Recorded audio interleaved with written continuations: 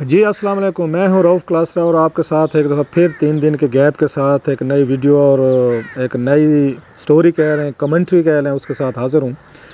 अमूमी तौर पर ये समझा जाता है कि जब रमज़ान का महीना शुरू होता है तो शायद ये पॉलिटिकल, सोशल या दीगर ये जो एक्टिविटीज़ हैं वो कमज़ोर पड़ जाती हैं। लेकिन यहाँ पे हम देख रहे हैं पिछले कुछ दिनों से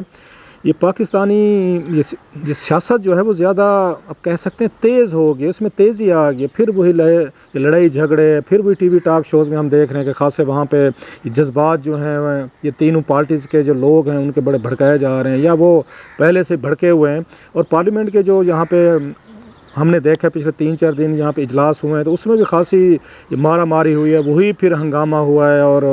और जो दाद देनी पड़ेगी वैसे कि पूरी अपोजिशन एक तरफ है और बड़े बड़े हैवी वेट्स हैं अपोजिशन में, और मुराद सईद जो है वो अकेले single handedly one man demolition army कह लें या डेमोलिशन स्क्वाड कह लें, जो वो पूरी की पूरी पार्लियामेंट में मेरा ख्याल है पीटीआई की कोई लड़ाई अगर वहाँ पे लड़ रहा है तो वो मुराद सईद लड़ रहा है। बल्कि कल हमने देखा यहाँ पे बुध वाले दिन के ख्वाजा आसिफ साहब और दीगर अपोजिशन के जो लोग हैं खासा उन्होंने एहतजाज भी किया। तो लेकिन इस दरमियान में बहुत सारी अब कह सकते हैं अंदर खाने कुछ डेवलपमेंट्स भी हो रही हैं। मेरा दिल तो बड़ा है कि मेरे पास 3-4 ये स्टोरीज़ हैं, बड़ी अहम स्टोरीज़ हैं जो एक्सक्लूसिव हैं, वो शेयर करूंगा मैं आपके साथ आने वाले दिनों में। बड़ी ये उन पे खासी मेरा ख्याल कंट्रोवर्सी है, बड़ी उसमें अच्छी खासी चीज़ें हैं। लेकिन मैं ज़रा जो आज फोकस करना चाहता हूँ 3-4 बड़ी इंपॉर्टेंट डेवलपमेंट्स हुई हैं। एक तो हमने देखा नवाज शरीफ साहब हैं, उनकी ज़मानत कैंसिल हुई, दोबारा जेल में गए हैं। पीएम नवाज़ ने कहा है कि उन्होंने बहुत बड़ा जुलूस लेके गए हैं, लोग शायद जो हैं वो दोबारा नवाज शरीफ साहब के वो करीब आना शुरू हो गए, उनकी पॉपुलैरिटी जो है उसका ये दोबारा बढ़ना शुरू हो गया है। पीटीआई की शायद उनकी पॉपुलैरिटी जो है वो नीचे जाना शुरू हो गई है और उसका असर जो है हमें एक नई हमें नज़र आ रहा है कि मुस्लिम लीग नवाज़ को जो डाउन थी वो शायद दोबारा रीग्रुप होने की ये कोशिश कर रही है कि क्योंकि नवाज़ शरीफ साहब जिस तरीके से जेल गए हैं और उनके ख्याल में बड़ी तादाद में लोग उनके साथ भी गए हैं, लाहौर में उनको बड़ा रिस्पांस हुआ है। तो थोड़ा सा लगता है कि इसको नवाज़ लीग को कुछ हौसला ये मिला है। लेकिन नवाज़ शरीफ साहब की या नवाज़ लीग की एक और स्टोरी भी है मेरे पास कि उनकी अपनी इंटरनल फाइटिंग जो है वो कितनी बढ़ चुकी है, वो मैं अगली वीडियो के लिए उसको रख लेते हैं। जो आज मेरे पास जो बड़ी ये कुछ अहम डेवलपमेंट्स हैं जो अंदर खाने यहाँ पे चल रही हैं वो शाह महमूद कुरैशी साहब के हवाले से हैं कि यकदम हमने देखा है कि पीपल्स पार्टी और नवाज़ लीग जो है वो शाह महमूद कुरैशी की तारीफ़ें करना शुरू हो गए हैं। और ये मैं देख रहा था अरशद शरीफ साहब का शो था, उसमें फैसल करीम कुंडी साहब थे तो उन्होंने बड़ी बात कह दी कि आप देखेंगे कुछ दिनों में शायद पीपल्स पार्टी का वज़ीर आज़म आ जाए। इससे पहले मोहम्मद ज़ुबैर साहब हैं जो मिनिस्टर फॉर प्राइवेटाइजेशन रहे हैं, गवर्नर सिंध रहे हैं, तो वो भी यही अरशद के शो में कह रहे थे कि अगर पार्लियामेंट में पीटीआई की तरफ से कोई बेहतरीन बंदा जो है ना वो शाह महमूद कुरैशी है। और हमने ये देखा है कि शाह महमूद कुरैशी साहब ऑफ कोर्स उनकी जिस तरह की शख्सियत है या जिस तरह की वो बातें करते हैं तो वो ज़रा माइल्ड हैं या उनका एक आप कह सकते हैं ओल्ड स्कूल ऑफ थाट से ये बिलोंग करते हैं, जो पीटीआई का कल्चर नहीं था। वो नवाज़ लीग में भी शामिल रहे हैं, वो उसके बाद हमने देखा है कि वो ये इसमें पीपल्स पार्टी में भी रहे हैं, लिहाजा वो तमाम पार्टीज़ के साथ उनके अच्छे तल्लुकात हैं। और जब से पीटीआई में आए हैं उन्होंने कभी ये तल्लुकात ख़राब करने की कोशिश भी नहीं की, बल्कि मुझे तो ये भी बताया गया है कि इन्होंने जो इमरान खान साहब जो हैं वो शहबाज शरीफ को नहीं लगाना चाहते थे चीफ मिनिस्टर, लेकिन चीफ मिनिस्टर कह रहा हूँ, पब्लिक अकाउंट्स कमेटी का चेयरमैन नहीं लगाना चाहते थे और पूरी पार्टी के अंदर बड़ी वहाँ पे रेजिस्टेंस भी थी। इमरान खान खुद भी इस बात पे वो डटे हुए थे कि मैंने इनको नहीं लगाना क्योंकि उन पे वही करप्शन के इल्ज़ाम थे, नैब के मुलज़िम हैं। इमरान खान को राज़ी करने में जो सबसे बड़ा हाथ बताया जाता है वो शाह महमूद कुरैशी साहब का, कि उन्होंने मशवरा दिया था कि पार्लियामेंट को अगर हमने चलाना है, आगे ले कर चलना है, कि थोड़ा सा सुकून होना यहाँ पर आना चाहिए और कोई प्रोसीडिंग चलनी चाहिए, पार्लियामेंट की थोड़ी सी अहमियत हो। इमरान खान को ये भी बताया गया कि अगर पार्लियामेंट में सुकून होगा, अगर अपोजिशन को हम साथ लेके चलेंगे तो शायद यहाँ पे फिर वो भी आ सकेंगे पार्लियामेंट के अंदर, वो भी तकरीर कर सकेंगे और वो अपना जो एहसास है वज़ीर आज़म होने का वो उस फीलिंग से वो भी महसूस हो सकेंगे। सो इमरान खान साहब को बेसिकली ये कहानी डाली गई थी जो शाह महमूद कुरैशी साहब ने डाली थी कि अगर आप शहबाज शरीफ को बना देते हैं पब्लिक अकाउंट्स कमेटी का चेयरमैन और वो अपोजिशन लीडर बन जाते हैं और उनके प्रोडक्शन आर्डर्स हम जारी करते हैं तो पार्लियामेंट में बड़ी हद तक ये सुकून आ जाएगा और ये प्रोसीडिंग चल पड़ेंगे। और साथ में उनका ये भी ख्याल था कि इस तरीके से शायद पीपल्स पार्टी और ये नवाज़ लीग जो है वो भी इकट्ठे नहीं हो सकेंगे, तो हम इनको वन बाई वन इनको मारते रहेंगे। डिवाइड एंड रूल वाली बात है, कभी पीपल्स पार्टी को फेवर दे दी थोड़ी सी, कभी उन्होंने शरीफ ख़ानदान को दे दी, किसी के प्रोटेक्शन आर्डर जारी कर दिए, किसी को जेल से आप उनको लेके आ गए। सो इस बहाने इनका ख्याल ये था कि हम पार्लियामेंट को चला लेंगे और पार्लियामेंट जो है वो बेहतर तरीके से चलेगी। और फिर हमने देखा कि अपोजिशन को हौसला मिला कि उनका ख्याल ये था कि अगर हुकूमत को दबाया जाए और इस पर दबाव डाला जाए, प्रेशर्स डाले जाएँ, तो ये झुक भी जाती है और बल्कि लेट जाती है। क्योंकि पब्लिक अकाउंट्स कमेटी की चेयरमैनशिप देना, मेरा ये ख्याल है, इमरान खान साहब की जो अपनी आप कह सकते हैं पॉलिटिकल, अगर उनकी गलतियों को शुमार किया जाए, जो मेरे नज़दीक है वहाँ पे 2-4 जहाँ बड़ी और गलतियाँ वो पहले कर चुके हैं, तो ये भी एक बड़ी एक पॉलिटिकल उनकी मिस्टेक, एक ब्लंडर समझा जाएगा, जिसका बाद में उन्होंने इतराफ़ वहाँ पंजाब में उन्होंने किया भी सही। जब वो वहाँ पे गए उन्होंने इतराफ़ किया इस बात का कि मुझे शहबाज शरीफ साहब को पब्लिक अकाउंट्स कमेटी का चेयरमैन बनाना मेरी गलती थी। और मुझे याद है मैं और आमिर मतीन जब अपना शो मुकाबल करते तो हमने कई बार ये बात की कि गलत फ़ैसला है कि आप ये मत करें, इससे इदारे भी डिस्करेज होंगे, इन्वेस्टिगेटर्स भी डिस्करेज होंगे और ये लोग जो हैं सारे के सारे आपके लिए एक रास्ता आप खोल रहे हैं इन तमाम लोगों का। खैर इमरान खान साहब को इस बात का एहसास हुआ। तो खैर ये चीज़ें तो और जो मुझे उसका पता था कि ये फ़ैसला कराने में शाह महमूद कुरैशी साहब का बड़ा हाथ था, लिहाजा इमरान खान साहब कंपैरेटिवली उससे वो भी थे, डिस्कम्फर्ट थे कि शाह महमूद कुरैशी ने शायद उनसे सही फ़ैसला नहीं करवाया। लेकिन शाह महमूद कुरैशी साहब का यकीनन ये ख्याल होगा कि पार्लियामेंट अगर चलानी है तो रोज़ाना नारेबाजी से, हुल्लड़बाजी से, रोज़ाना शोर शराबे से, गाली गलोच से तो पार्लियामेंट नहीं चलनी थी। क्योंकि लेकिन इमरान खान साहब का ये बात फिर बाद में सही साबित हुई कि हमने वो भी करके देख लिया। उसके बावजूद भी वो इमरान खान को पार्लियामेंट में आने में तकलीफ़ होती थी, उनको प्रॉब्लम आ रहे थे। बल्कि उनसे उनकी लास्ट प्रेस कॉन्फ्रेंस में पूछा गया, जिसमें ये मैं भी था और भी जर्नलिस्ट थे, कि ये सवाल किया गया कि जनाब आप पार्लियामेंट क्यों नहीं आते। मेरा ख्याल आसमा शिराजी साहबा का सवाल था, या कब आएंगे। तो उसमें इमरान खान ने उन्होंने यही कहा, उन्होंने कहा कि मैं उसको ये सोमवार को आऊँगा। मैं सोमवार को तो नहीं आए थे, लेकिन उसके मेरा ख्याल अगले दिन नेक्स्ट डे या बुध वाले दिन वो आए थे थोड़ी देर के। लेकिन फिर वही बात कि उनको बात नहीं करने दी जाती। और इमरान खान ने ये कहा था कि मैं क्या करूं पार्लियामेंट में जाके, मैं जाता हूं तो वहाँ पे वो गलत ज़बान इस्तेमाल करते हैं, बात नहीं करने देते, बोलने नहीं देते, या मतलब अब्यूज़ वगैरह उन्होंने इस तरह का एक्सक्यूज़ किया। खैर अब coming to the same story और पॉइंट कि क्या वजह है कि यकदम अपोजिशन ने फ़ैसला कर लिया कि शाह महमूद कुरैशी साहब जो है ना, इनको ज़रा थोड़ा सा इनको उठाया जाए, आगे किया जाए और इनको एक अच्छा एक फेस बनाकर पेश किया जाए जो सोबर भी है, पढ़ा लिखा भी है, प्रेजेंटेबल भी है, बात भी बड़े सलीके से करता है, किसी को गाली गलोच नहीं करता। वो ठीक है, वो जज्बाती उनका अपना एक अंदाज़ है, स्टाइल है जिसमें वो गुफ्तगू करते हैं। बहुत सारे लोग उस स्टाइल को पसंद करते हैं, कई हैं जो नहीं करते। सो अब जो मुझे उनकी बात समझ में आ रही है कि शाह महमूद कुरैशी साहब की और जहांगीर तरीन साहब की बड़ी पुराना इनकी टग ऑफ वार है। वो नई बात नहीं है, कोई इसमें ऐसी खबरियत नहीं है। लेकिन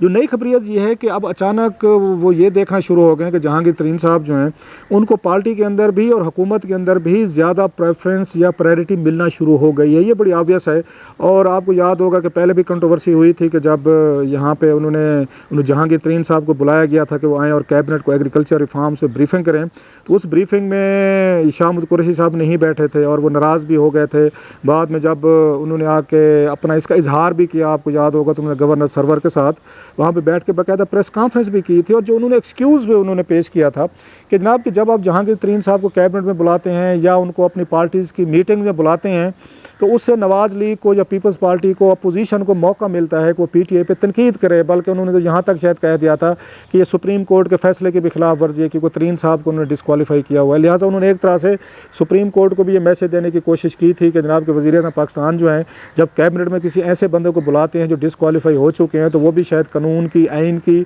या जजमेंट के खिलाफ वर्जी है उसका। लेकिन वो ये शायद समझ रहे थे शाह महमूद कुरैशी साहब के इमरान खान साहब जो हैं वो दबाव में आएंगे और वो शायद कोई उनके साथ बैठ के बात करेंगे और जहांगीर तरीन साहब को पीछे धकेल दिया जाएगा उनकी इस गुफ्तगू के बाद। और ये हमें फ़ील हुआ कि एक नया ग्रुप बनने जा रहा है जिसमें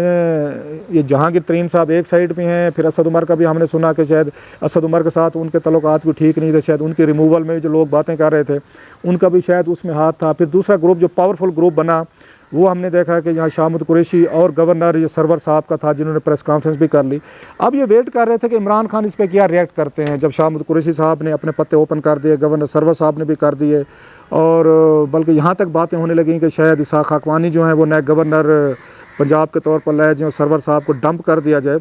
तो अब हमें इंतज़ार था कि इमरान खान क्या करते हैं। वो इंतज़ार जो है 3-4 दिन पहले ख़त्म हुआ।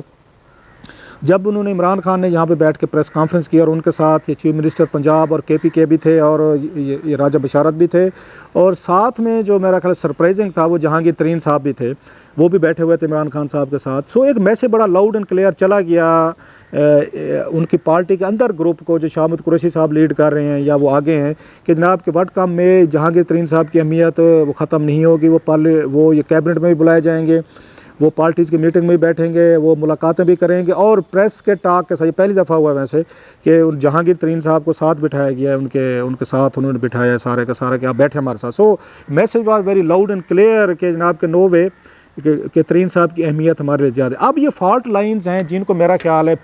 ये नवाज़ लीग और पीपल्स पार्टी, क्योंकि वो भी पॉलिटिकल प्लेयर हैं, वो भी कोई मामूली लोग नहीं है, सियासी शिकरे हैं, वो समझते हैं सारी गेम। उन्हें एहसास हुआ कि इमरान खान साहब जो ऑलरेडी हुकूमत है उनके अनपॉपुलर हो रही है, पेट्रोल, गैस, डॉलर, दवाइयों की वजह से लोग उनके खिलाफ होते जा रहे हैं, अपनी पार्टी में ज़रा उनका कंट्रोल नज़र नहीं आ रहा इमरान खान का, क्योंकि उसके बाद ब्यूरोक्रेसी में बड़े उन्होंने मैसिव चेंजेस किए पिछले दिनों, उन्होंने यहाँ पर वज़ीरों की चेंजेस किए हैं, बहुत सारे उनकी अपनी पार्टी के अंदर लोग खुश नहीं है, कुछ को अच्छी वजारतें नहीं मिली, अच्छी थी तो उनको लेके उनको आगे शिफ्ट किया गया। सो 3-4 इस वक्त ये फैक्टर्स हैं जो इमरान खान साहब की हुकूमत को फेस करने पड़ रहे हैं, और सबसे अहम यह है कि उनकी पार्टी के अंदर लड़ाई चल रही है, उनकी कैबिनेट के अंदर प्रॉब्लम आ रहे हैं, वो लोगों को चेंजेस कर रहे हैं। बहुत सारे लोग ये समझते हैं कि शायद ये IMF के ने उनसे जो फाइनेंशियल पॉलिसी थी वो उन्होंने वापस ले लिए। पिंडी के भी जो लोग थे जो अब तक इमरान खान साहब के साथ अनकंडीशनल खड़े हुए हैं, शायद उन्होंने भी इमरान खान से उनके फाइनेंशियल पॉलिसीज़ जो हैं कि जनाब कि अब आप जो हैं इस मुल्क के फाइनेंशियल फैसले आप नहीं करेंगे, लिहाजा फाइनेंस मिनिस्टर भी उनकी मर्ज़ी का आ गया है, वो इमरान खान साहब की मर्ज़ी का नहीं है। इसी तरह कहा जा रहा है गवर्नर स्टेट बैंक आया,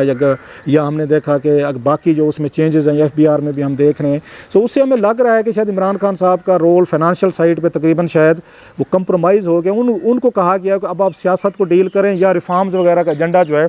वो डील करें। तो उसी बहाने अब ये गुफ्तगू शुरू हो गई कि शायद इमरान खान साहब से हुकूमत नहीं चल पा रही, जिस काम के लिए उनको लाया गया था, इकनॉमिक पॉलिसीज़ थी वो पूरा नहीं चल पा रही, 9 महीने के अंदर अंदर चेंजेस करनी पड़ गई हैं। सो एक ये भी थी कि शायद कि शाह महमूद कुरैशी साहब जो है प्रेजेंटेबल है, जैसे मैंने पहले कहा, वो अपोजिशन को भी काबिल कबूल हैं, वो हुकूमत के भी शायद वो काबिल कबूल हो सकते हैं। तो लिहाजा इमरान खान साहब को अगर कोई मौका मिले तो इनको प्रमोट करके प्रेसिडेंट ऑफ पाकिस्तान की तरफ ले जाया जाए, एक व्यू है वहाँ पे, ताकि खान साहब भी वहाँ से, जैसे आसिफ अली जरदारी मॉडल था कि वहाँ से बैठ के पार्टी को वो चलाएं और उसकी सरदारी, मतलब ये ऑप्शंस हो सकते हैं जिस पे ये नहीं है कि गौर किया जा रहा है, जस्ट मैं अपनी आपको असेसमेंट दे रहा हूँ कि क्या चीज़ें हो सकती हैं। तो उसकी जगह शाह महमूद कुरैशी साहब को लाया जाए कि वो आएँ और वो सबको एक्सेप्टेबल हैं, और पॉलिटिकल जिस वक्त अनरेस्ट नज़र आ रहा है और उससे सरमायाकार भी भाग रहा है, उससे यहाँ क्योंकि हर वक्त जहाँ करप्शन की बात हो रही है, अकाउंटेबिलिटी की बात हो रही है, तो कुरैशी साहब तो आपको पता है इन चीज़ों पे वो बिलीव नहीं रखते कि जहाँ अकाउंटेबिलिटी होनी चाहिए, पकड़ धकड़ होनी चाहिए। वो कहते हैं सारे सियासतदान मिलजुल के रहें, एक दूसरे को कुछ ना कहें, जो जिसका हिस्सा जो लेना चाह रहा है वो लेके चला जाए, उस पर उन्हें तो शायद इस तरह का एतराज़ नहीं है। अब सवाल 2-3 हैं कि क्या इमरान खान साहब इतनी जल्दी से ये सारे ऑप्शन मान लेंगे, लेकिन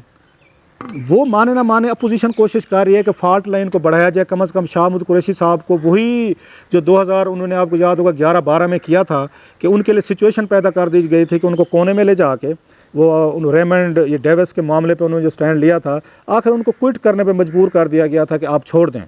सो उन्होंने छोड़ दिया। मेरी शाह महमूद कुरैशी साहब से एक दफ़ा बात हुई कि आपने इस्तीफ़ा दिया था, क्या किया था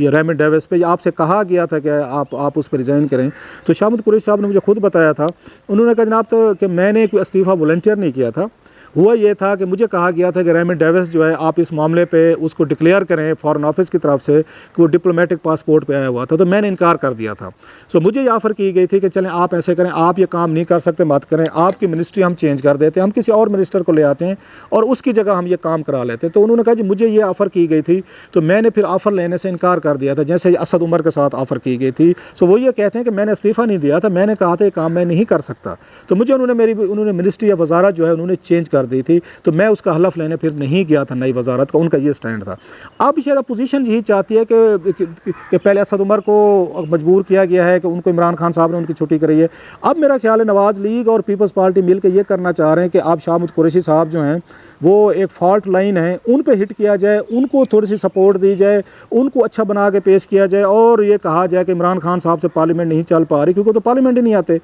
तो ये उनकी कोशिश है, लेकिन मुझे ख़तरा ये है कि शाह महमूद कुरैशी साहब की अब वही ही सिचुएशन ना पैदा हो जाए जो उनके लिए उस 2011-12 में रेमंड डेविस वाले केस के बाद पैदा हो गई, जिससे वो शाह महमूद कुरैशी साहब को बड़ा थोड़ा सा ध्यान से मेरा ख्याल अपने पत्ते चलाने पड़ेंगे। ठीक है, वो समझदार हैं, पॉलिटिकली तौर पर वो पॉलिटिक्स समझते हैं, बड़े वो अरसे से हैं, लेकिन ये भी बड़े शरूर लोग हैं। और ये जो होते हैं इंसान के अंदर एम्बिशंस, ये एम्बिशंस होती हैं इंसान के अंदर कि कुछ एक्स्ट्रा ऑर्डिनरी चीज़ करने की या कोई बहुत बड़ा ओहदा लेने की, ये बड़ी डेंजरस चीज़ें होती हैं। इंसानों से बड़े काम उनके ख्वाहिशात करवाते हैं। गौतम बुद्ध का बड़ा खूबसूरत एक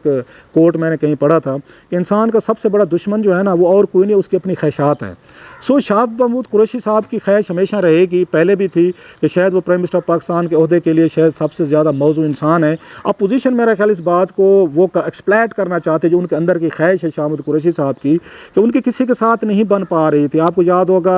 जावेद हाशमी के साथ भी उनका मसले रहे, जहांगीर तरीन के साथ भी उनके मसले रहे हैं यहाँ पे। तो ये चीज़ें अब शाह महमूद कुरैशी साहब के पास और क्या ऑप्शन हैं कि जब वो पावर में हैं, क्या इसको छोड़ के अगर ये उनके अरेंजमेंट मर्जी के नहीं होते, और जो मुझे नहीं लगता कि इमरान खान साहब जो हैं वो कैसे करेंगे, क्योंकि पार्टी के अंदर जो है वो लोग ये कहते हैं जहांगीर तरीन अभी भी कंपैरेटिवली ज़्यादा वो पॉपुलर हैं इसके निस्बत शाह महमूद कुरैशी साहब की निस्बत, क्योंकि जहांगीर तरीन साहब के बारे में कहा जाता है मेहमान नवाज़ हैं, जेब उनकी खुली है, वो खर्चा करते हैं, लोगों को खिलाने पिलाने पे बिलीव रखते हैं। और शाह महमूद कुरैशी साहब तो सुना है वो किसी को चाय भी नहीं पिलाते। तो लिहाजा उनकी ये पार्टी के अंदर वो पॉपुलैरिटी नहीं है जो अभी भी जहांगीर तरीन साहब की वहाँ पर देखी जा सकती है। उन पर एतराज़ात मैं भी करता रहा हूँ, स्टोरीज़ भी की हैं बहुत सारी, वो अपनी जगह पर। दूसरा ये कि जितना ये इमरान खान पॉपुलर है, इमरान खान के बगैर तरीक़े इंसाफ ज़ीरो है, ये तो हम सब मानते हैं। सो इमरान खान साहब क्यों अपनी सीट खाली कर देंगे कि वो शाह महमूद कुरैशी साहब जो हैं, मैं इसलिए कह रहा हूँ कि वो ये फैसल करीम कुंदी साहब ने जो उन्होंने दिया इशारा कि शायद, और बड़ा उन्होंने कॉन्फिडेंस से अरशद शरीफ के शो में कहा कि लिख के रख लें कि बिल्कुल ऐसे ही होकर रहेगा वो वज़ीर आज़म, नाम तो नहीं लिया उन्होंने, लेकिन मुझे लग रहा है इशारा उन्हीं की तरफ था। सो इमरान खान साहब अभी भी पॉपुलर हैं, वो क्यों छोड़ेंगे। और शाह महमूद कुरैशी साहब जो हैं वो क्या उनके पास ऐसा ट्रम्प कार्ड है वो यूज़ करेंगे कि